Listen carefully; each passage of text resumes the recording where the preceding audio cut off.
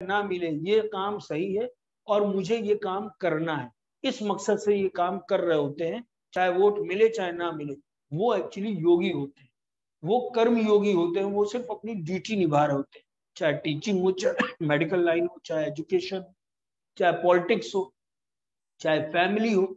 जब हम अपने काम को बिना इन चीजों से इन्फ्लुएंस किए, लोगों की बातों से प्रभावित किए, एज अ ड्यूटी निभा रहे होते हैं, वही कर्म योग है। उसमें हमारी कोई इच्छा नहीं होती है, अप्रिसिएशन मिले नहीं मिले, मान मिले, मेरा काम है, मुझे करना। हे अर्जुन, जो भोगों में तन्मय हो रहे हैं, जो कर्म फल के प्रशंसक वेद वाक्यों में ही प्रीति रखते हैं, जिनकी बुद्धि में स्वर्ग ही प्राप्य वस्तु है, और जो स्वर्ग से बढ़कर दूसरी कोई वस्तु ही नहीं है, ऐसा कहने वाले वे अविवेकी जन इस प्रकार जिस पुष्पित अतार्थ दिखाओ शोभायुक्त वाणी को कहा करते हैं, जो कि जन्म रूप कर्म फल देने वाली एवं भोग एवं ऐश्वर्य की प्राप्ति के लिए नाना प्रकार की बहुत सी क्रियाओं का वर्णन करने वाली है, उस वाणी का द्वारा जिनका चित्त हर लिया गया है, जो भोग और ऐश्वर्य में अत्यंत आसक्त है, उन पुरुषों की परमात्मा में निश्चितात्मिका बुद्धि नहीं होती। थोड़ा सा लंबा है ये, इसको तोड़ तोड़ के समझते हैं। देखिए, ये जो पैराग्राफ इतना लंबा बोला है, ये श्री कृष्ण ने कहा है। वे श्री कृष्ण जो दुर्योधन के यहाँ जाते हैं और 56 भोग रहता है, लेकिन उसको नहीं ग्रहण करते हैं, लेकिन वही विदुर के यहाँ जाते हैं और केले का छिलका तक खा लेते हैं, उनको केले का छिलका मिल रहा होता है, खा लेते हैं। ये वे कृष्ण हैं जो इन्फ्लुएंस नहीं होते हैं, प्रभावित नहीं होते हैं, देखा देखी नहीं कर रहे होते हैं। हमारे साथ आज सबसे बड़ी समस्या है, हम में से अधिकतर कॉपी पेस्ट हो चुके हैं, देखा देखी करते हैं, जो चीज के लिए प्रशंसा हो रही है लोगों की, हम वो करने लगते हैं, सही या गलत का विवेक हम नहीं रख पाते। भगवान श्री कृष्ण कहते हैं कि जो कर्मफल के प्रशंसक वेद वाक्यों में ही प्रीति रखते हैं। वेद वाक्य मतलब जो ये करने से स्वर्ग की प्राप्ति होगी, वो करने से स्वर्ग की प्राप्ति होगी, यह करने से इतना पुण्य प्राप्त होगा, वह करने से इतने इतने इतने गोदान का फल प्राप्त होता है, ये करने से ऐसे ऐश्वर्य मिलते हैं, वह करने से इंद्र का आसन, स्वर्ग, ये दुनिया भर की बात निश्चित रूप से वेदों में लिखी है, उसको विभक्त किया गया है, जो कि ठीक भी है, जो बताया गया है। मैंने कहा ना, भगवान श्री कृष्ण ने जो बताया और जो वेदों की व्याख्या है, सनातन धर्म में बेसिकली सारा मकसद ये है कि प्रकृति और मनुष्य जाति की रक्षा हो, सिस्टम सही से चले, सिस्टम अच्छे से चले, चीजें सब कुछ सही से चले, ये एक मूल में। इसीलिए गंगा, गाय, गौ या जितनी भी तुलसी, वृक्ष, नदी, दुनिया के हर जानवरों को, प्रकृति की हर चीजों को ईश्वर से जोड़ा गया है ताकि लोग उसका सम्मान करें। स्वर्ग और नर्क की परिकल्पना है ताकि लोग उसके हिसाब से चले, नर्क के डर से गलत काम ना करें, स्वर्ग के लालच में अच्छा काम करें, ये बहुत सही भी है।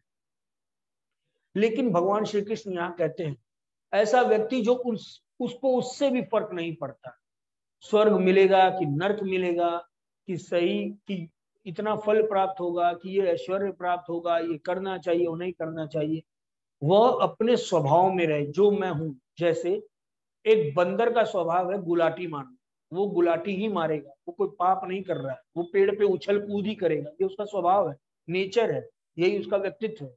ऐसे एक इंसान जिसके पास विवेक है, आंख है, कान है, नाक है, इंद्रियां हैं, देख सकता है, सोच सकता है, उसका स्वभाव होना चाहिए कि वह सोचे, वो चिंतन करे, वो प्रश्न करे, वो ढूंढे। बंदर या कुत्ते या और कोई जानवर नहीं कर सकते, लेकिन एक इंसान कर सकता है, वो सोच सकता है सही या गलत, वो लाइफ किस लिए है, क्या सही है क्या गलत है, अपने ही लाइफ के एक्सपीरियंसेस से सोचे समझे, ये उसका मूल स्वभाव एक मनुष्य का। तो श्री कृष्ण कहते हैं, ऐसा व्यक्ति जो किसी भी चीज से, वेद वाणी से भी, ये श्री कृष्ण का कहना है, ऐसे श्री कृष्ण का जिन्होंने पूरी लाइफ, जो अवतार लिए, जिन्होंने ईश्वर का स्वरूप है, और जिन्होंने एक ऐसी लाइफ जी, मानव जिसको देख के चाहे सीख ले, नहीं देख के सीख पाए तो इस भगवत गीता के माध्यम से समझे कि लाइफ कैसी होनी चाहिए। वे श्री कृष्ण कहते हैं कि प्रशंसक वेद वाक्यों में भी प्रीति रखते हैं, कर्म फल के प्रशंसक वेद वाक्यों में ही प्रीति रखते हैं, जिनकी बुद्धि स्वर्ग ही परम प्राप्य वस्तु है, और जो स्वर्ग से बढ़कर दूसरी कोई वस्तु नहीं है। आज के मोटिवेशनल स्पीकर सिर्फ यही भर रहे होते हैं, वो एक पागलपन भर रहे होते हैं। देखिए, दुनिया के सबसे पहले मोटिवेशनल स्पीकर कौन थे, कौन बता सकता है? एक जल्दी जल्दी अगर कोई इसमें मैसेज के थ्रू बता सके, वर्ल्ड के सबसे पहले मोटिवेशनल स्पीकर कौन थे? कोई बताना चाहेगा? वर्ल्ड के जो हमारी किताबों में, ग्रंथों में, जितना जहां भी हमने पढ़ा, उसमें सबसे बेहतरीन मोटिवेशनल स्पीकर जिन्होंने मोटिवेट किया किसी? एनीवन? और कोई आंसर? श्री कृष्ण के युग से भी पहले कोई?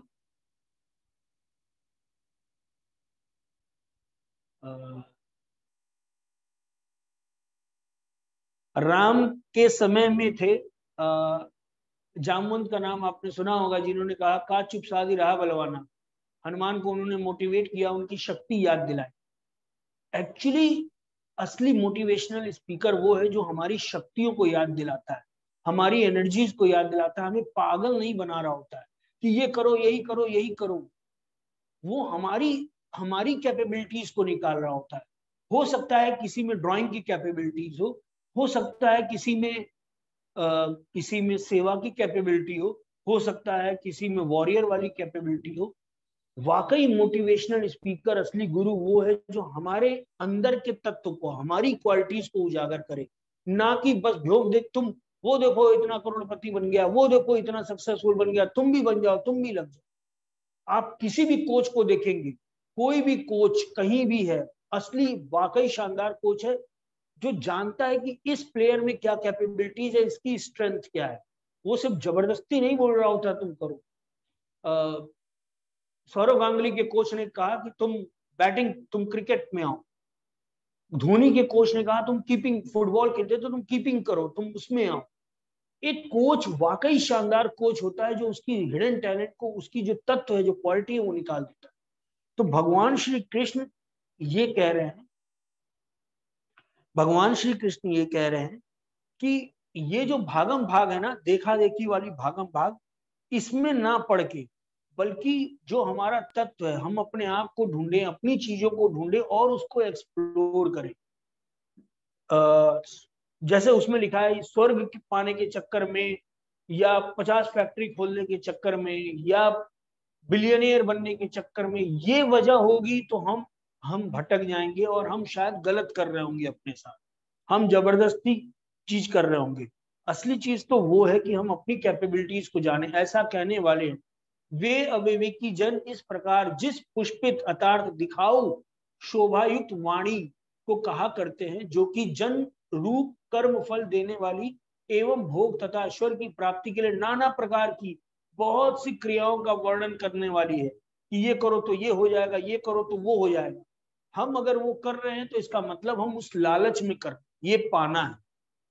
बहुत क्लियर है, ये थोड़ा सा मुश्किल होगा क्योंकि हमारी आदत नहीं है इस चीज को सुनने की। हम देख रहे हैं कि हर कोई वैसे कर रहा है, लेकिन ये बहुत जरूरी है कि हम भगवान श्री कृष्ण, द्वारकाधीश श्री कृष्ण, एक सक्सेसफुल, एक कंप्लीट मैन, एक पूर्ण अवतार, एक एक जिन्होंने हर फेज को, जो कभी किसी इमेज में नहीं कोई बांध पाया, जिन्होंने लाइफ को कंप्लीटली जिया,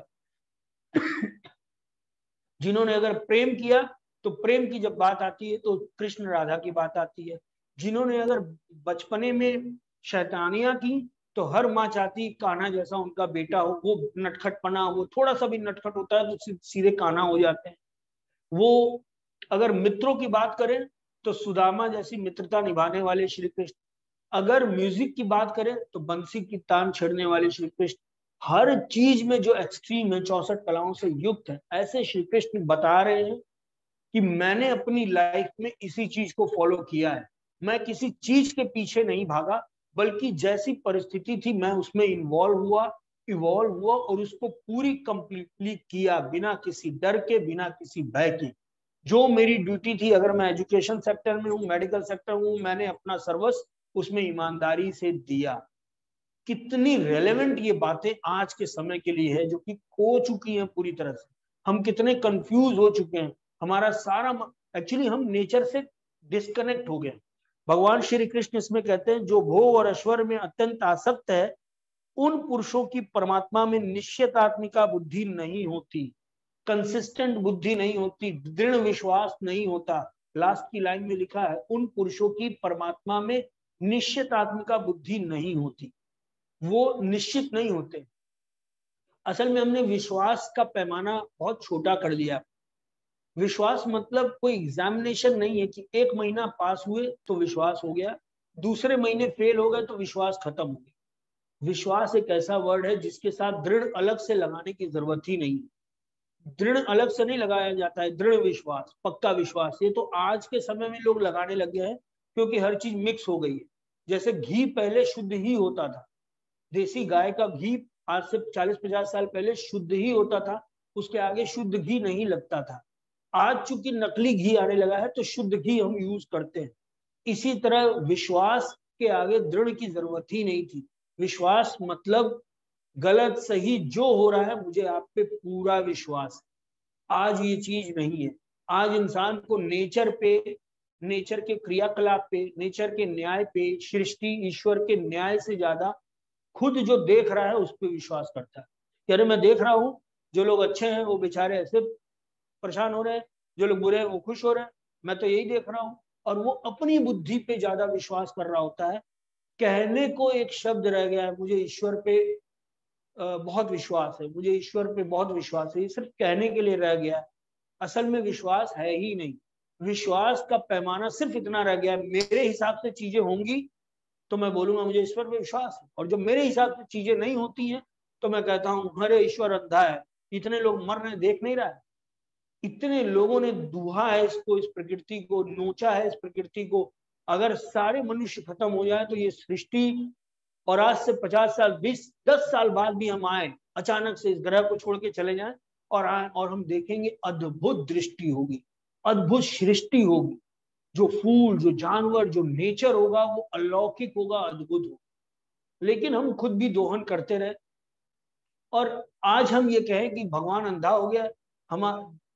हमारा कोई भी जानने वाला थोड़ा सा होता है हम तुरंत विचलित हो जाते हैं, ये देखो कैसे, ये देखो कैसे, ये कोई बात होती है। तो निश्चितात्मिका बुद्धि, दृढ़ बुद्धि, विश्वास से बड़ी बुद्धि है ही नहीं। कहने को है कि भगवान पे विश्वास है, लेकिन कोई चीज हमारे अनुरूप नहीं होती है, विश्वास खत्म हो जाता है, हमारे हिसाब से होती है। तो यहाँ श्री कृष्ण कहते हैं कि ये जितनी बड़ी बड़ी बातें हैं, जितने बड़ी बड़ी ज्ञान की बातें हैं, ऐसा होना चाहिए, वैसा होना चाहिए, ये करने से ये फल मिलेगा, वो करने से वो फल मिलेगा, इनको ये चढ़ाने से ये फल मिलेगा, उनको वो चढ़ाने से ये फल मिलेगा। अगर हम इस हिसाब से काम कर रहे हैं तो भी हम फंसे हुए हैं कर्म फल में। कर्म योगी वो है जो इस वजह से काम नहीं करता, वो सिर्फ कर रहा होता है। उसको किसी पत्थर की, उसको किसी माला की, उसको किसी, वो हो सकता है मेरी माँ बोल रही हो कि बेटा सूर्य को जल चढ़ा दे, उससे ये फल मिलेगा। मेरा सूर्य को जल चढ़ाने में ये मकसद हो सकता है कि मेरी माँ कह रही है उनकी खुशी के लिए मैं चढ़ा दूं, लेकिन उससे मुझे फल की चाह हो रही होगी तो वो मेरा कर्म योगी वाली बात नहीं है। हम अभी सैकड़ों दूर हैं उस एक अनुभव से जो कर्म योगी का एक लक्षण होता है। अभी अभी जैसे हम लोग जागरूक, एक वो क्यूरियोसिटी होती है ना कि कैसा होता है कर्मयोगी, ऐसे ही अर्जुन भी भगवान श्री कृष्ण ने पूछेंगे कि कर्मयोगी होता कैसा है। आगे अर्जुन को भगवान श्री कृष्ण कहते हैं, ये थोड़ा सा लंबा पैराग्राफ था, मुझे उम्मीद है कि ये थोड़ा समझ में आ गया होगा। आगे बढ़ते हैं इसको और डिटेल में जाने के लिए। हे अर्जुन, वेद उपयुक्त प्रकार से तीनों गुणों के कार्य रूप समस्त भोगों एवं उनके साधनों का प्रतिपादन करने वाले हैं। इसलिए तू उन भोगों एवं उनके साधनों में आसक्तिहीन, हर्ष शोकादि द्वंद्वों से रहित, नित्य वस्तु परमात्मा में स्थित, योग क्षेम ना चाहने वाला और स्वाधीन अंतःकरण वाला हो। जितना टिपिकल लग रहा है उतना टिपिकल है नहीं। और श्री कृष्ण क्या कहते हैं, वे कहते हैं वेद उपयुक्त प्रकार से तीनों गुणों के कार्य रूप समस्त भोगों एवं उनके साधनों का प्रतिपादन करने वाले। मतलब वेद में 3 गुण, सत्व रज तम, जिसको आगे डिटेल में बताएंगे। सत्व मतलब अच्छा, ये अच्छा करेंगे तो अच्छा होगा, अच्छा खाना, सात्विक भाषा, सात्विक ये करने से ये होगा।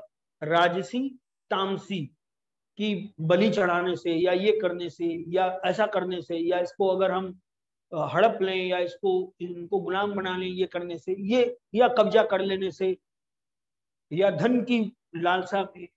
सत्व रज तम तीनों, वेद में तीनों का दिया गया है, सात्विक राजसी तामसिक, तीनों गुणों के कार्य रूप बताए गए। ये करने से ये होता है, ये करने से, इवन ये भी बताया गया है वेदों में कि ये तपस्या करने से ये फल मिलेगा, ये तपस्या करने से ये फल मिलेगा, बलि चढ़ाने से ये मिलेगा। तभी तो लोग बलि चढ़ाते हैं, उसी वेद का सहारा लेके बलि चढ़ाते हैं। हर प्रकार के कर्म और उसके फल बताए गए, उनके साधनों का प्रतिपादन करने वाले। इसलिए तू उन भोगों एवं उनके साधनों में आसक्तिहीन, मतलब आसक्ति मत रख, मतलब अटैचमेंट मत रख कि ये करने से ये होगा, ये करने से ये होगा, उसको भी भूल जा। भविष्य को छोड़ दे, भूत को छोड़ दे, और इस वर्तमान में आज जो ड्यूटी है तेरी, जो तुझे दिख रहा है। भीष्म पितामह ने यही गलती की थी कि वह भविष्य को सोचते हुए और भूत में जो उन्होंने वचन दिया था हस्तिनापुर को, उसका बोझा लेके सामने उनके द्रौपदी का चीरहरण हो रहा था, और वो एक शब्द नहीं बोले, क्योंकि वो अपने ही बोझ में, मैंने तो कसम खाई थी और मेरे लिए तो कसम सबसे बड़ी चीज है। इसी बात को तोड़ने के लिए श्री कृष्ण ने अपनी ही कसम तोड़ी। उन्होंने ये मैसेज दिया, कसम इज नॉट इंपॉर्टेंट, ये ईगो है, ये कसम भी ईगो है।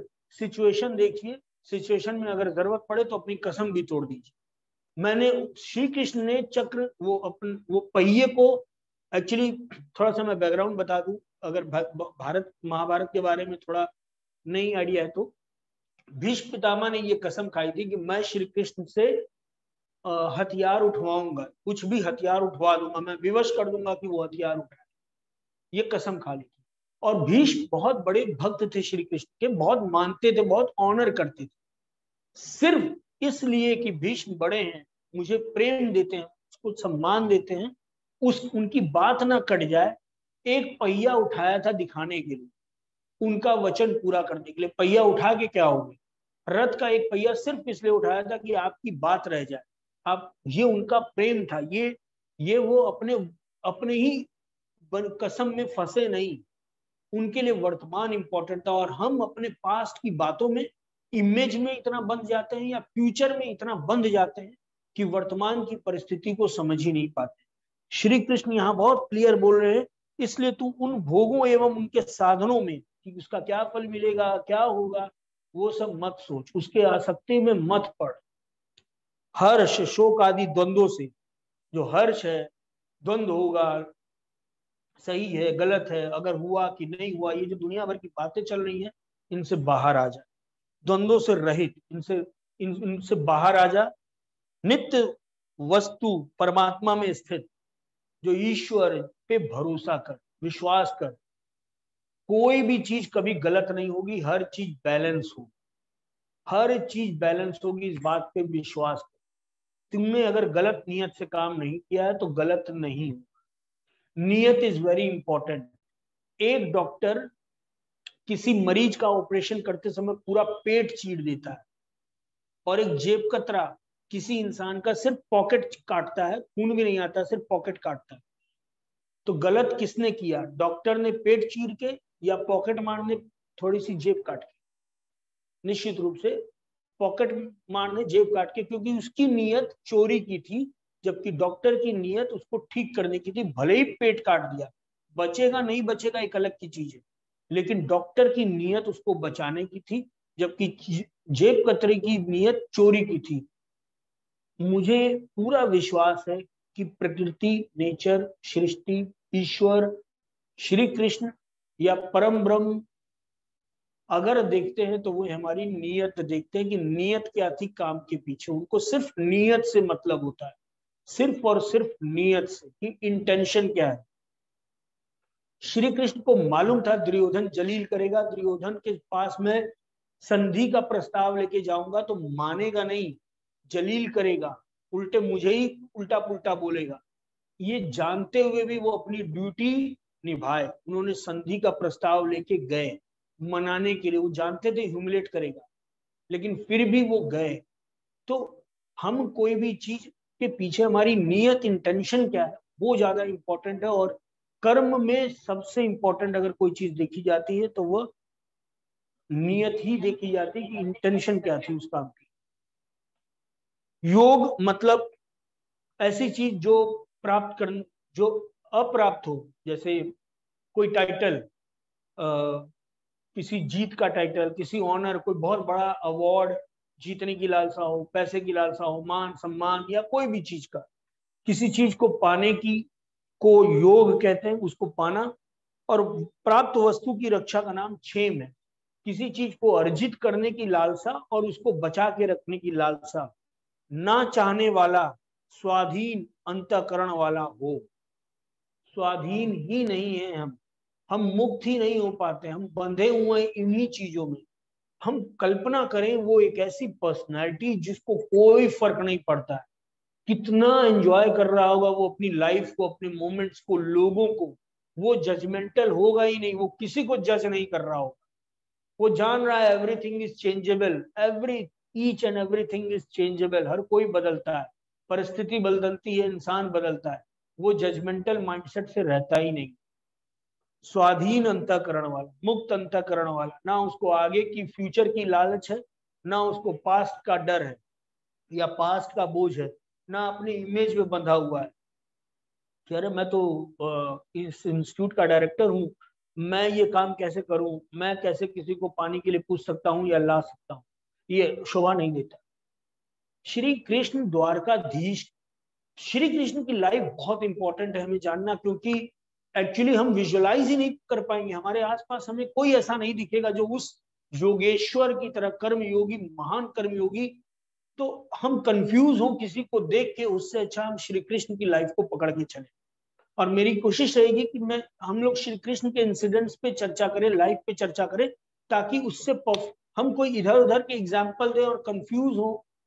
जैसे धोनी का लास्ट मोमेंट पे वो कैसे खेलता था, ये एग्जाम्पल उस मोमेंट के लिए तो ठीक है, बट पूरी धोनी की लाइफ को हम आइडियल नहीं मान सकते, डिपेंड करता है। लेकिन श्री कृष्ण की एक ऐसी लाइफ है जिसको बचपन से लेके आगे जिंदगी भर तक के लिए हम एक आइडियल मान सकते। श्री कृष्ण जब युधिष्ठिर के यहाँ अश्वमेध यज्ञ हो रहा होता है और सब ब्राह्मणों को जिमाया जाता है, तो द्वारकाधीश श्री कृष्ण, जो कि जिनका पूरे गुजरात में द्वारकाधीश के नाम से नगरी थी, जो रातों रात तैयार हुई थी और जो दुनिया की अलौकिक नगरी थी, उसके राजा महाराजा द्वारकाधीश श्री कृष्ण आते हैं और उनसे पूछा जाता है कि आप क्या जिम्मेदारी लेना चाहेंगे, आप आए, आप भी कुछ देखिए करिए। उन्होंने कहा जितने ब्राह्मण जो पत्तल उठाने का काम है मैं करूं। वो उनके पास नौकर चाकर की कमी नहीं थी, उनके पास दासों की कमी नहीं थी, बट उनको पता था मेरा ये कृत्य एक मैसेज देगा। और कितने वो स्वाधीन थे अपने दिमाग से, कितने वो हवन में बैठ सकते थे कि हवन वाला काम मैं करूंगा, ये जल चढ़ाने वाला काम मैं करूंगा, ये पंडितों को माला पहनाने वाला काम मैं करूंगा, वो सारा काम कर सकते थे। लेकिन उन्होंने चुना क्या? पत्तल उठाने वाला। He was so humble, so down to earth. हम सोच भी नहीं सकते हैं, हम भीड़ के हिसाब से सोचते हैं, हमारे आसपास के जो लोग हैं उनके हिसाब से सोचते हैं कि ये सही गलत।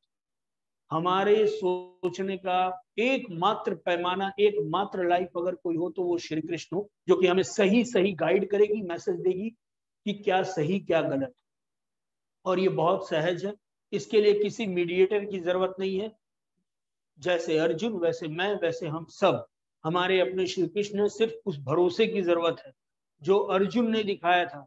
दुर्योधन और अर्जुन दोनों गए थे और एक तरफ 18 छौरणी सेना थी जिसमें कई लाख घोड़े, कई कई हजार घोड़े, कई हजार हाथी और कई लाख आदमी थे। उसको छोड़ के अर्जुन ने कहा मुझे सिर्फ आप चाहिए, मुझे सिर्फ और सिर्फ आप चाहिए। इतना विश्वास।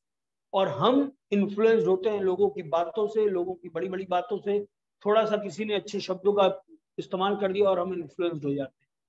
तो एक स्वयं में आना, स्थिर बुद्धि होना, निश्चितात्मक बुद्धि होना। अर्जुन निश्चितात्मक बुद्धि था श्री कृष्ण के प्रति, और यही कारण है श्री कृष्ण उसको गाइड कर रहे हैं। पूरे युधिष्ठिर, भीम और किसी और को नहीं गाइड कर रहे हैं। क्योंकि उसने वो विश्वास श्री कृष्ण पे दिखाया था। तो आज बहुत जरूरी है कि हम इस भीड़ भाड़ की तमाम बातों में ना आके एक श्री कृष्ण, योगेश्वर श्री कृष्ण के पद चिन्हों पे, उनके बताए रास्तों पे, उनकी जिंदगी को आधार मान के, उनके निर्णय लेने के तरीके से हम प्रभावित हों और उसी को अपना मेंटर माने। आगे वे कहते हैं, सब ओर से परिपूर्ण जलाशय के प्राप्त हो जाने पर छोटे जलाशय में मनुष्य का जितना प्रयोजन रह जाता है, ब्रह्मा को तत्व से जानने वाला ब्राह्मण का समस्त वेदों में उतना ही प्रयोजन रह जाता है। यहाँ ब्राह्मण जाति से मतलब नहीं है, वह व्यक्ति जो तत्व से जानता है ईश्वर है क्या, ईश्वर काम कैसे करता है, ईश्वर ईश्वर कैसे चीजों को देखता है, ईश्वर के लिए इंपॉर्टेंट क्या है। कल हमारे बीच अखंड जी थे जिन्होंने बहुत अच्छा सवाल पूछा था और आज वो शायद नहीं है, और उन्होंने ये पूछा था कि अब कीर्ति कीर्ति या फिर इसमें जो लिखा है कि मान और सम्मान, जय पराजय सुख हानि, तो अगर उसके हिसाब से नहीं कर रहे हैं तो कीर्ति अब कीर्ति के हिसाब से भी नहीं करना चाहिए। देखिए, कीर्ति अब कीर्ति दूसरे देते हैं, मान सम्मान सुख लालच ये हमारे दिमाग की चीज है। इसको थोड़े सिंपल एग्जांपल से हम समझते हैं। ये जैसे मेरा ये इंस्टीट्यूट है, वैसे सबका अपना अपना ऑफिस है या कोई भी जगह है। कोई ओनर अगर होगा, उसका मालिक होगा, और उसके यहाँ जो स्टाफ होंगे, अगर वो दिखावे के लिए काम कर रहे होंगे, अपने मॉनेटरी फायदे के लिए, या मुझे दिखाने के लिए टाइम से आ रहे हैं या जा रहे हैं दिखाने के लिए, या मेरी तारीफ कर रहे हैं या मेरी प्रशंसा कर रहे हैं किसी फायदे के लिए, तो क्या मुझे पता नहीं चलेगा? लेकिन अगर वो अपनी ड्यूटी ईमानदारी से कर रहे हैं, वो अपने काम को ईमानदारी से कर रहे हैं, और बल्कि they are doing their duty and little more effort डाल रहे हैं ईमानदारी से, तो मुझे ज्यादा खुशी होगी, उसकी कीर्ति होगी, उसके लिए मेरे नजर में सम्मान बढ़ेगा, कीर्ति होगी, हम सम्मान बढ़ेगा, रिस्पेक्ट खुद बढ़ेगा। वो उसके लिए कर नहीं रहा है, वो सिर्फ काम कर रहा है, अपनी ड्यूटी को अच्छे से कर, उसको कोई फर्क नहीं पड़ता है, उसका काम है, उसको करना है। तो ये थोड़ा सा भेद है। हम कोई चीज किसी कारण से कर रहे होते हैं, जय पराजय मान सम्मान के लिए, या हम बस कर रहे होते हैं। ये कर्म योग लाइफ को इतना इजी, इतना सिंपल, इतना ह्यूमरस, इतना क्रिएटिव, इतना डाउन टू अर्थ बना देता है, जहां आपको किसी को तिल लगाने की, खुशामदीद करने की कोई चमचागिरी की जरूरत नहीं, क्योंकि आपको ईश्वर पे पूरा भरोसा है, वो आपके साथ है, आप सही को सही, गलत को गलत कह रहे हो। ये बहुत खूबसूरत चीज है, यहाँ श्री कृष्ण खुद आपके साथ होते हैं। ये बल से बड़ा बल क्या हो सकता है कि हम कितनी भी पूजा कर लें, लेकिन वो जो बोल रहे हैं वो हम ला नहीं रहे हैं, वो फिर मतलब क्या है? लाख मेरे यहाँ स्टाफ मेरी कितनी भी तारीफ करे, और मैं रोज बोल रहा हूँ भैया 9 बजे से क्लास है, 9 बजे आओ, वो खूब मेरी तारीफ करता हूँ, लेकिन आ रहा है 9:15 बजे, मुझे घंटा फर्क नहीं पड़ेगा वो मेरी तारीफ करे, वो 9 बजे आ रहा है, भले ही मेरी तारीफ ना करे, मुझे इसमें ज्यादा खुशी मिलेगी। तो जैसे किसी जगह का ओनर इस हिसाब से सोचता है, इसी इस पूरे ब्रह्मांड का मालिक, ओनर, जिसकी ये सारी संपदा है, वो भी ऐसे ही सोचता है कि आप अपना काम करिए अच्छे से, मुझे बहुत खुश तो आपने कर लिया, लेकिन आपको जो मैं चाहता हूं आप करें वो आप कर ही नहीं रहे। तो जो वो चाहते हैं वो हम कर ले, वो ज्यादा इंपॉर्टेंट है। सब ओर से परिपूर्ण जलाशय के प्राप्त हो जाने पर छोटे जलाशय में मनुष्य का जितना प्रयोजन रहता है, ब्रह्म को तत्व से जानने वाला ब्राह्मण का समस्त वेदों में उतना ही प्रयोजन रहता है। जैसे किसी के पास पूरा समुद्र आ जाए तो उसको एक लोटे पानी से फर्क नहीं पड़ता, उसके पास पूरा समुद्र है, उसको एक लोटा 2 लोटे से फर्क नहीं पड़ता। इसी तरह जिसके पास इस ब्रह्म का तत्व से जानता है कि ये पूरी लाइफ क्या है, क्या चीज है, कितनी टेम्पररी है, किस तरह ये आत्मा हमेशा शरीर बदल रही है, ये कितनी छोटी चीज है और कितना अनोखी चीज है। कल एक इंसिडेंट हुआ, परसों का इंसिडेंट है, डॉक्टर गंगाराम हॉस्पिटल, जो कि इतना बड़ा हॉस्पिटल है दिल्ली में, एक लड़का कार से आता है, जवान लड़का, और उसकी कार में करोड़ों रुपए रखे रहते हैं, उसके लंग्स में इन्फेक्शन हो चुका होता है, और वो बोलता है मुझे एडमिट कर लीजिए। कार खड़ी रहती है, वो दौड़ रहा होता है कि सिर्फ एडमिट कर लीजिए मुझे, क्योंकि लंग्स में इन्फेक्शन पूरा हो चुका होता है, उसको कोई एडमिट नहीं कर रहा होता। करोड़ों रुपए उसके कार में रखे रहते हैं और करोड़ों रुपए इधर उधर फैले रहते हैं, लेकिन उसको कोई एडमिट नहीं कर रहा होता है। तो जो जितना दृष्टा होता है ना, जो देख रहा होता है, चीजों को समझ रहा होता है, उसको समझ में आता है लाइफ किसी और के हाथ में, परिस्थितियां किसी और के हाथ में। हम अपने हिसाब से सोचते रहते हैं ऐसा हो जाए वैसे हो जाए, और फिर वो चीज नहीं होती और हम परेशान होते हैं। हम अपने आप को, अपनी परिस्थितियों को दूसरे से कंपेयर करते हैं, वैसी वो चीज नहीं होती और हम परेशान हो जाते हैं, फ्रस्ट्रेट हो जाते हैं, डिप्रेस हो जाते हैं। जबकि हम जो चीज हैं, जैसे हैं, हम अपने स्वभाव को ढूंढे, नेचर को ढूंढे, तो हम ज्यादा खुश रह पाए। ये देखा देखी, भीड़, ये भागना दौड़ना, कंपैरिजन, वहां तक पहुंचना, ये हमको एकदम पागल कर देती है। काम करें हम, लेकिन इस चीजों को हटा के जो परिस्थिति, जो ईश्वर हमें करने को दे रहा, हम जहां हैं वहां ईमानदारी झोंके। वो मालिक सब देख रहा है, वो श्री कृष्ण सब देख रहा है, हमारे अंदर की नीयत तक देख रहे हैं, हम किस नीयत से काम कर रहे हैं।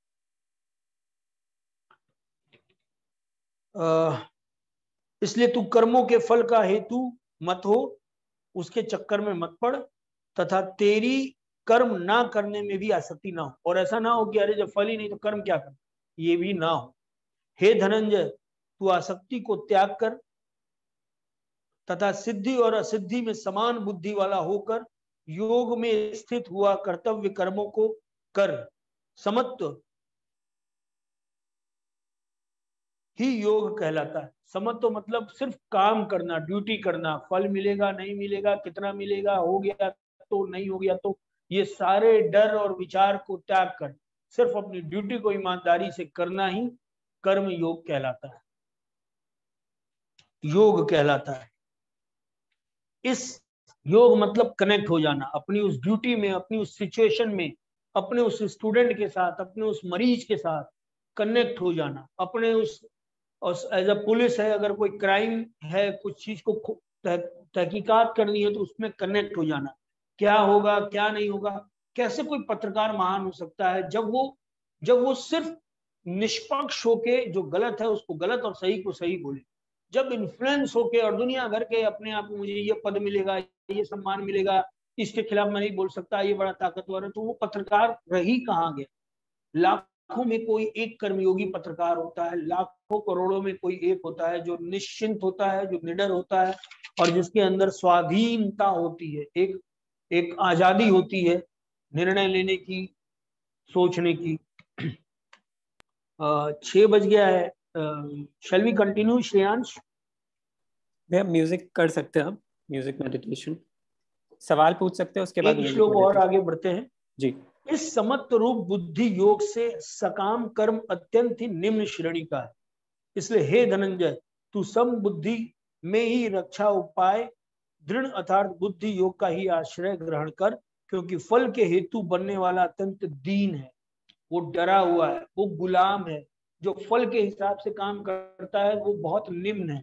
ये मैं नहीं कह रहा हूं, ये द्वारकाधीश श्री कृष्ण कह रहे हैं, ये वे भगवान श्री कृष्ण कह रहे हैं जो उन्होंने अवतार लिया, जिनका एक एक एक्शन का कारण था, एग्जाम्पल था। उन्होंने हर एक चीज एग्जाम्पल सेट करने के लिए कही, और आज वो शब्दों में अर्जुन को बता रहे हैं, और अर्जुन के माध्यम से हर उस इंसान को बता रहे हैं जो अपने आप को जानना चाहता है, जिसके अंदर समर्पण है, जो ढूंढ रहा है, जो मौत आने से पहले कुछ समझना चाहता है, जो इस कोविड में कहीं खो जाने से पहले चीजों को ढूंढना चाहता है, वो कारण जानना चाहता है, वो कॉपी पेस्ट बन के अपना जिंदगी नहीं बिताना चाहता, वो जानना चाहता है कि क्या सही क्या गलत, जिंदगी क्यों, मैं कहाँ जन्म लिया, क्यों लिया, क्या मरूंगा, क्या मेरे जीवन का मकसद था, मतलब था, मैंने किया नहीं किया।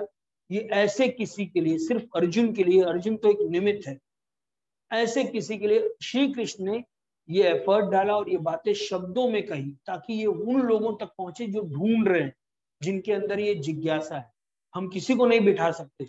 इन 90 से ज्यादा रजिस्ट्रेशन हुए थे, लोगों ने फॉर्म भरे, और हैं कहाँ इतने, यहाँ 20 हैं। और मैं गारंटी कर रहा हूँ ये 20 हैं क्योंकि इनके अंदर वो जिज्ञासा है, वो ढूंढना चाहते हैं।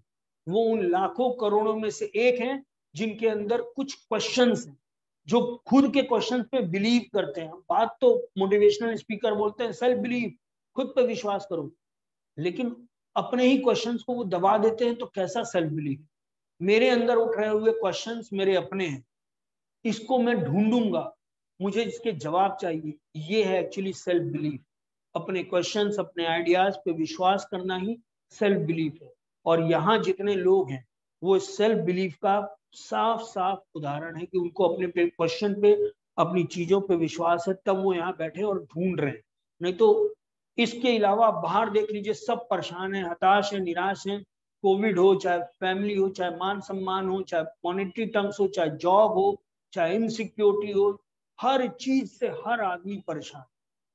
इस परेशानी के बावजूद एक और परेशानी लेके कि यार लाइफ का क्या मतलब है, वो कोई बहुत बिरले होते हैं। भीष्म पितामह ने श्री कृष्ण से पूछा था कि कौन लोग श्रेष्ठ होते हैं, सब श्रेष्ठ पुरुष कौन है, श्रेष्ठ मनुष्य कौन है।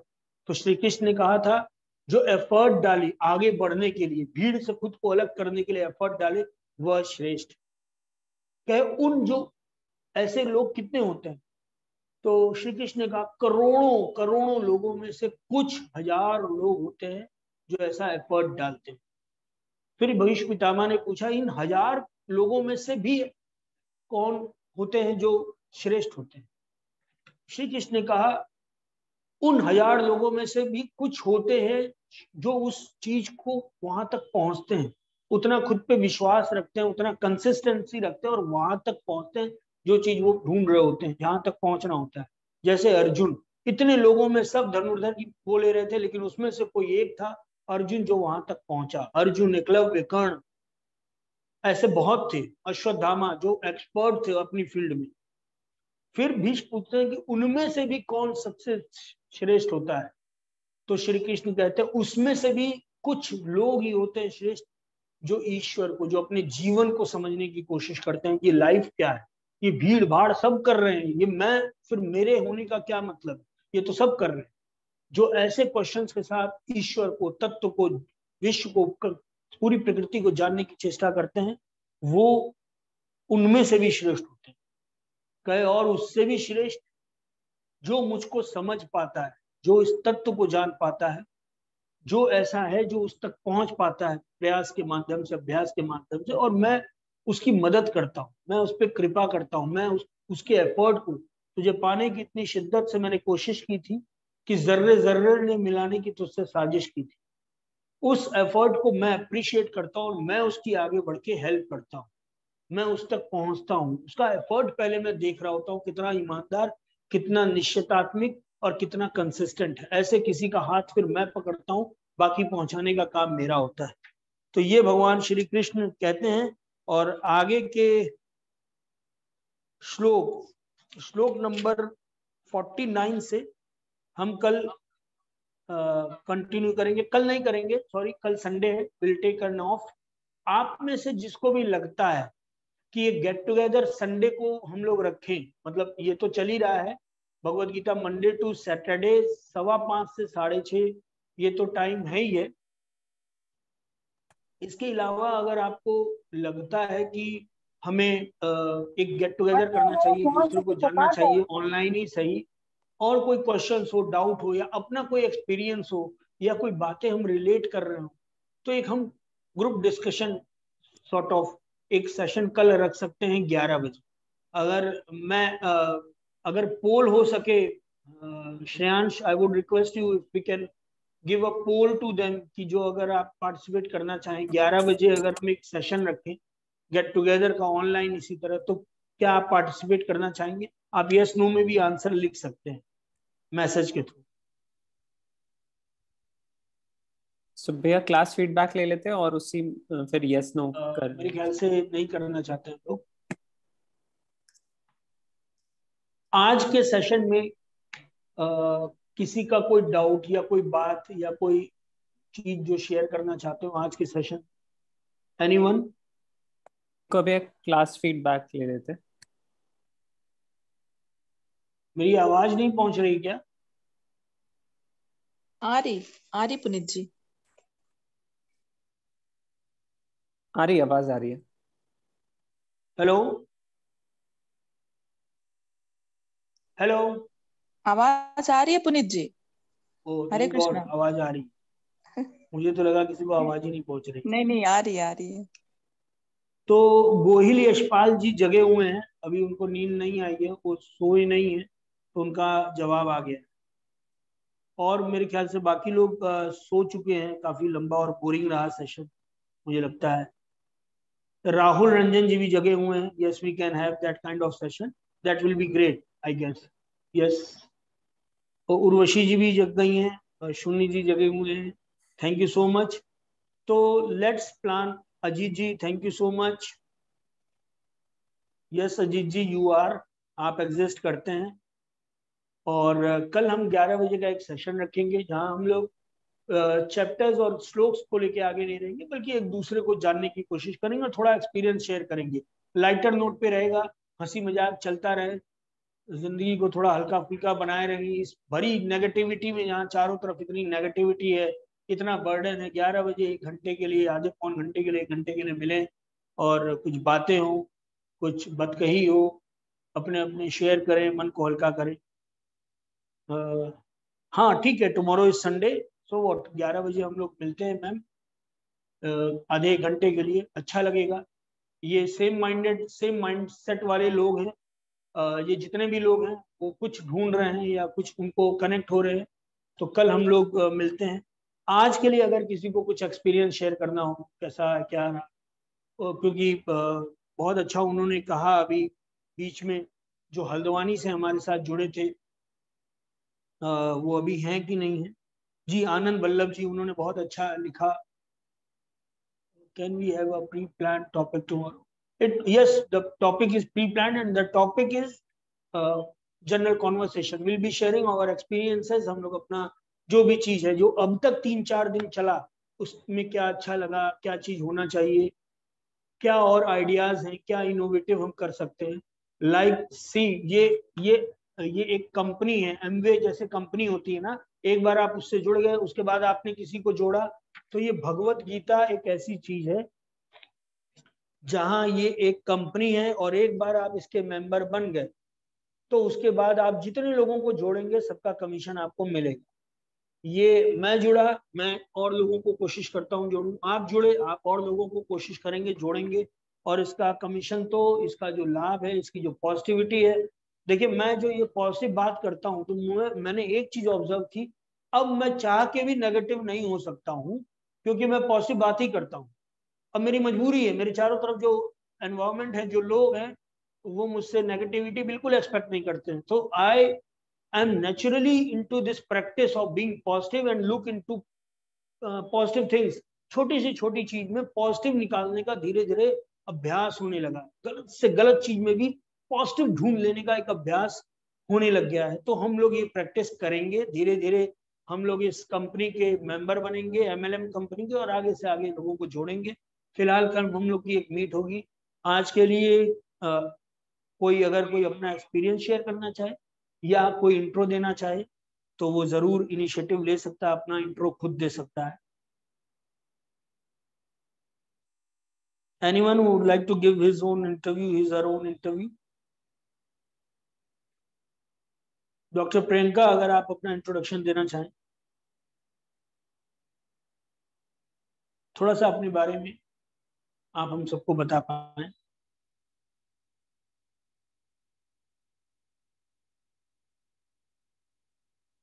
Yes, you can on your mic, mic on कर लीजिए।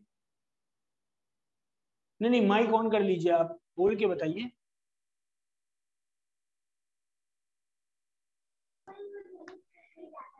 Good evening, Hare Krishna everyone. Hello, very good evening. मैं क्लिनिक में हूँ इसलिए मैं वीडियो नहीं ऑन कर रही हूँ. I am so sorry. Hello. Okay, sorry. I was not getting you. No. I'll continue with my introduction. I have no problem, sir. I am continue with my introduction. मैं Dr. Priyanka Verma, dentist and cosmetologist and a social worker in Gorakhpur, and I'm proud to be the part of this sessions. I'm great fan of Puneet sir. मैं इनसे बहुत जल्दी मिली हुई हूँ अभी एक session में अपने क्लब की तरफ से, and I love to be the part. मैं 5:30 to 6:30 किसी को पेशेंट को अपॉइंटमेंट नहीं दे रही हूँ, जस्ट सर को सुनने के लिए. Thank you so much sir. Thank you so much Dr. Priyanka, and trust me, it's not about Puneet, it's just about Shri Krishna, Bhagavad Gita and you. ये 1 घंटा किसी भी पूजा, किसी भी तपस्या या किसी साधना या किसी मेडिटेशन से कम नहीं है, because you are totally connected to Lord Krishna, his words, Bhagavad Gita. ये 1 घंटा आपका जो है वो कई घंटों, जैसे एक पेड़ होता है ना, जो एक आपने सुना होगा, एक्स जो पेड़ काटता है, एक पेड़ काट लेगा, 2 पेड़ काट लेगा, तीसरा पेड़ नहीं काट पाएगा। लेकिन वही एक कुल्हाड़ी एक पेड़ काटने के बाद अगर उसको धार दी जाए, नुकीला किया जाए, तो दूसरा तीसरा पेड़ काटेगा, फिर धार दी जाए। तो आपका ये 1 घंटा आप में अगले 24 घंटे के 48 घंटे की एनर्जी दे रहा है, मेरा ये विश्वास है। और इसको सिर्फ अनुभव किया जा सकता है, ये बहुत पर्सनल चीज है, इसको कोई बता ही नहीं सकता है शब्दों में कि क्या अंदर वाइब्रेशन, क्या पॉजिटिविटी होती है। ये सिर्फ खुद अनुभव करने की चीज है। प्रॉब्लम यह है कि यहाँ लोगों को बताने, लोगों को सिखाने वाली चीज होती है। ये बहुत खूबसूरत एक चीज है, ये अनुभव, ये मोमेंट, इसको बहुत संभाल के रखिए हर कोई। ये बहुत व्यक्तिगत है, इसको बता नहीं भी पाए तो मत बताइए, कीप इट विद योरसेल्फ। ये ईश्वर के साथ कनेक्शन बहुत हिडन, बहुत प्यारा और बहुत अपना है। इसमें किसी के जस्टिफिकेशन या सर्टिफिकेशन या किसी से एक्सप्लेनेशन की जरूरत ही नहीं है। लाख लोग बोलेंगे ऐसे नहीं वैसे नहीं, मैं सुनता हूँ भगवत गीता कर रहे हो और ये कर रहे हो, भगवत गीता कर रहे हो और ऐसे कर रहे हो। ये एक प्रैक्टिस है, भगवत Gita is a practice. Bhagavad Gita कोई हाथ लगा लिया इसका मतलब ये नहीं कि उसको जीने का अधिकार नहीं है, या वो जिंदगी नहीं है, या वो सोच नहीं सकता है, या वो एकदम से साधु ही बन जाए। Bhagavad Gita is an art of life. और वो श्री कृष्ण जिन्होंने पूरे जीवन हर चीज को एक्सट्रीम पे किया, fun, love, games, sports, politics, drama, सब कुछ उन्होंने किया है, वो भगवत गीता के बारे में बोल रहे हैं। तो हमको ब्लॉक होके एक लाइफ नहीं जीनी है। We will be living a wonderful, happy and open life, एक स्वतंत्र लाइफ, एक आजाद लाइफ, जहां हमारे निर्णय हमारे अपने होंगे, जहां हमारा दिमाग हमारे कंट्रोल में होगा। गलत फहमी सही, हम अपनी दुनिया में जिएंगे, लोगों को सर्टिफिकेशन की जरूरत नहीं है। Thank you so much. अब हम लोग सॉन्ग की तरफ बढ़े। और कोई बात? एक पोल कर लेते हैं।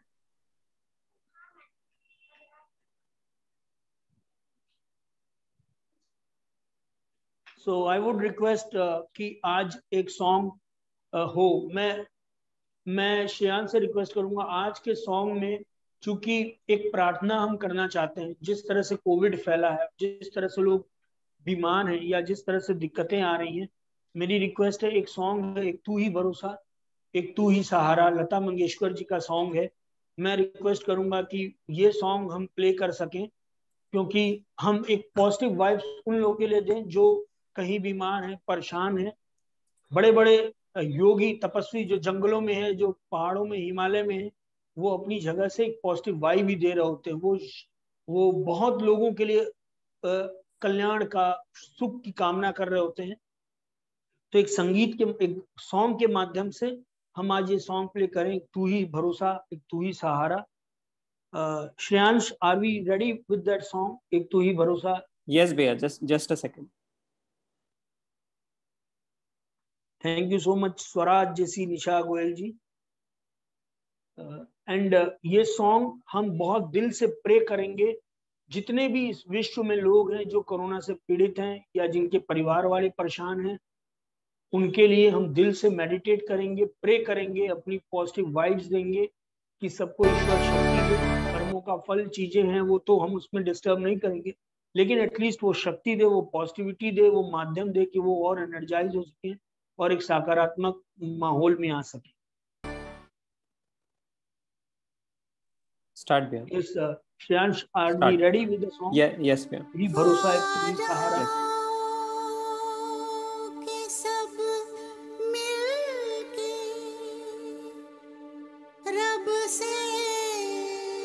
Late me play the song, मैं प्ले करता हूँ। भैया प्ले हो गया। जीवन में सुकून जाहे, चाहत में जस्ट अ सेकंड, मुझे थोड़ा सा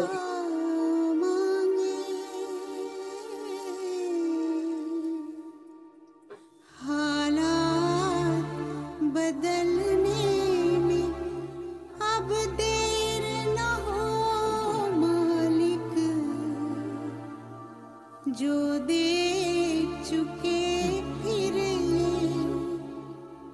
अंधेर ना हो मालिक।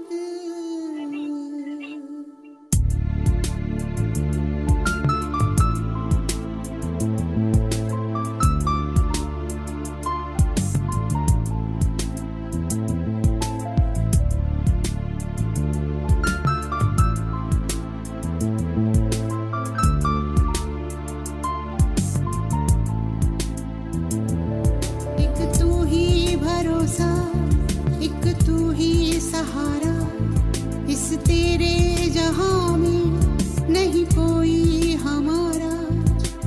ईश्वर या अल्लाह ये पुकार सुन ले, ईश्वर या अल्लाह हे दाता। ईश्वर या अल्लाह ये पुकार सुन ले, ईश्वर या अल्लाह हे दाता। हमसे न देखा जाए बर्बादियों का समा, उजड़ी हुई बस्ती में ये तड़प रहे इंसान। हमसे न देखा जाए बर्बादियों का समा, उजड़ी हुई बस्ती में ये तड़प रहे इंसान। नन्हे जिस्मों के टुकड़े लिए खड़ी है एक माँ, बारूद के धुएं में तू ही बोल जाए कहाँ।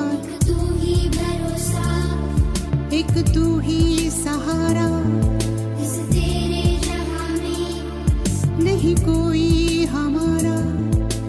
ईश्वर या अल्लाह ये पुकार सुन ले, ईश्वर या अल्लाह हे दाता। ईश्वर या अल्लाह ये पुकार सुन ले, ईश्वर या अल्लाह हे दाता।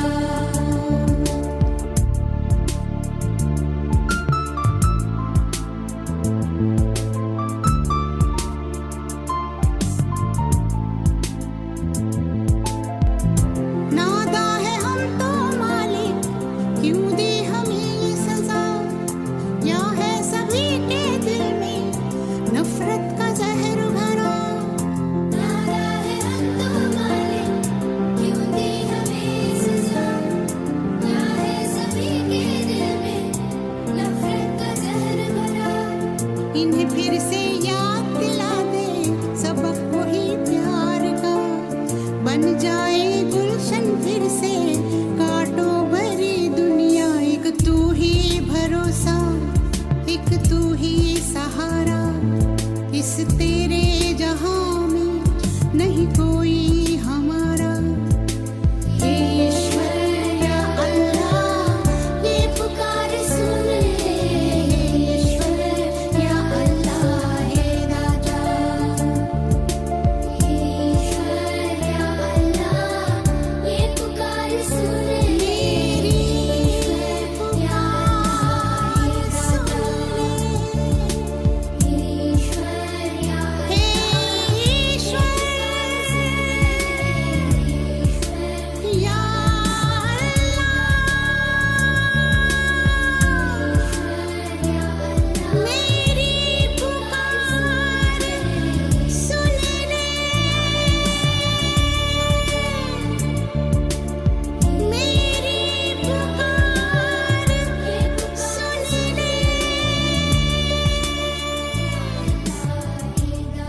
मेरी पुकार सुन ले।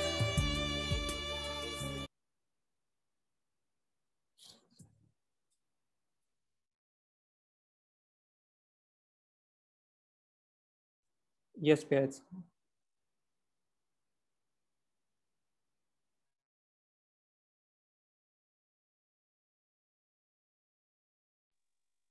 इस सेशन को ओवर करने से पहले मेरी एक ही रिक्वेस्ट है आप सभी से कि अगर आपको लग रहा है कि ये वाकई Bhagavad Gita was so essential, is so essential, तो ये एक चीज MLM की तरह ही सही लोगों को पहुंचाए, लोगों को जोड़े, लोगों तक श्री कृष्ण की ये बात ये वाकई जो आज के समय इतनी जरूरी है। शब्द ब्रह्म होते हैं और ये शब्द ही हैं जो पूरा माइंडसेट चेंज कर देते हैं, थ्योरीज देते हैं, कॉन्सेप्ट देते हैं, लाइफ को देखने का नजरिया ही बदल देते हैं। तो अगर आपको थोड़ा भी लग रहा हो कि ये चीज अच्छी है और किसी और के भी जीवन में जो आपको लगता है आपकी लाइफ के आसपास जिसको भी लगता है कि जानी चाहिए, पहुंचनी चाहिए, तो आपका ये छोटा सा एफर्ट बिना किसी फल की इच्छा के सिर्फ उस तक पहुंच जाए, वो एक बहुत बड़ा आपका काम होगा। लोगों तक ये भगवत गीता पहुंचे, ये बात, ये शब्द पहुंचे, मेरी बस यही एक रिक्वेस्ट है। ये 18 रुपए तो कहने को है, ये 18 रुपए हम लोग रखे थे सिर्फ इसलिए कि कमिटमेंट फीस, और मुझे विश्वास है जब ये सेशन खत्म हो रहा होगा, जिन्होंने दिया होगा, नहीं दिया होगा, जिन्होंने क्लास नहीं की 18 रुपए दिए हैं, हमारी कोशिश रहेगी हम उनको 18 वापस कर दें, क्योंकि वो हम 18 ऐसे नहीं ले सकते। जिन्होंने 18 नहीं दिया, मुझे मालूम है कोर्स खत्म होते हुए 18 रुपए कोई बड़ी चीज नहीं है, वो कमिटमेंट फीस के तौर पे देंगे। तो money is not important, it just ये बात पहुंचे लोगों तक, ये भावना, ये फीलिंग, ये वाव फैक्टर, ये इंडिपेंडेंसी, ये आजादी, ये स्वतंत्रता लोगों तक पहुंचे। जो हम डरे हुए हैं, जो इतनी बातों ने हमें घेर रखा है, डरा रखा है, बांध दिया है, ये जंजीर टूटे, ये हम आजाद हों, हम मुक्त हों, इससे पहले कि हम खत्म हो, हम आजाद हो जाए। Thank you so much. हाँ जी, अमित एक जी, सवाल है। अमित जी सवाल था, सॉरी अमित जी, जल्दी से आप अपना सवाल कर दीजिए।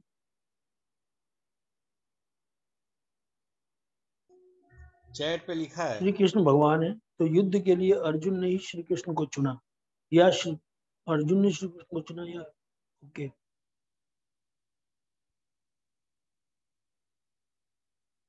आपका क्वेश्चन जस्ट अ सेकंड, मैं थोड़ा सा क्लियर कर दूं क्वेश्चन। श्री कृष्ण भगवान है तो युद्ध के लिए अर्जुन ने श्री कृष्ण को चुना या श्री कृष्ण ने अर्जुन को?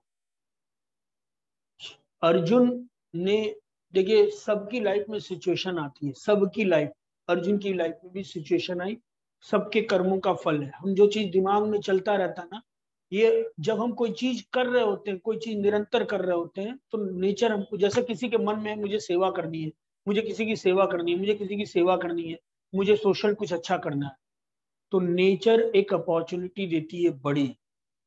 हम चाहे ये माने कि करनी है या ये माने कि हमें नहीं करनी, जो भी हमारे दिमाग में सबसे ज्यादा चल रहा होता है, चाहे, हाँ ये थोड़ा सा अलग टॉपिक होगा जो कि आगे आएगा, फिर भी मैं थोड़ा सा एक हल्का सा कोशिश करूं।